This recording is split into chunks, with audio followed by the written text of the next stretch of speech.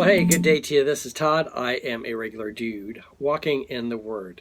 Hey, I want to thank you for joining us as we are looking at Philippians. We're in chapter 4 of Philippians, and we're continuing this 3-episode series just on verse 1 of chapter 4. And it's entitled Three Descriptions of Fellow Believers. We talked about yesterday. The first one was when I love, whom I love and long for. Okay. And then today we're going to be talking about my joy and my crown. Okay, so let's read here today. This is taken again from Philippians chapter 4, verse 1. It says this, "Therefore, my brothers and sisters, you who I love and long for, my joy and crown, stand firm in the Lord in this way, dear friends." That's it. 3 episodes out on that. But so yesterday we talked about, whom I love and long for. Okay, today let's talk about my joy and my crown. Paul was instrumental in this church, and he's saying here, "You are my joy and my crown." So let me put this by you. If you are discipling people, hopefully you're discipling people, hopefully you're discipling at least one person. So as I disciple the people, fellow believers around me, hopefully that's my joy and my crown. Okay, so when I see guys that I've been discipling, then they go out and they want to disciple other people, that makes me happy. That gives me great joy. I'm like, this is exciting. I'm not all upset about it, like, oh no, you're discipling someone else. No, not at all. That's my joy, is when they get the vision and then they go and disciple other people. So that brings me joy with that whole thing. And then it's my crown.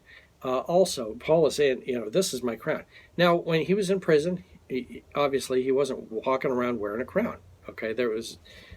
They would look at him like he's nuts and like, who's going to bring a crown for Paul anyway? But he's saying, you guys are my joy and my crown. My crown is this. I wear, okay, I got my cowboy hat on here. I'm wearing this with pride here.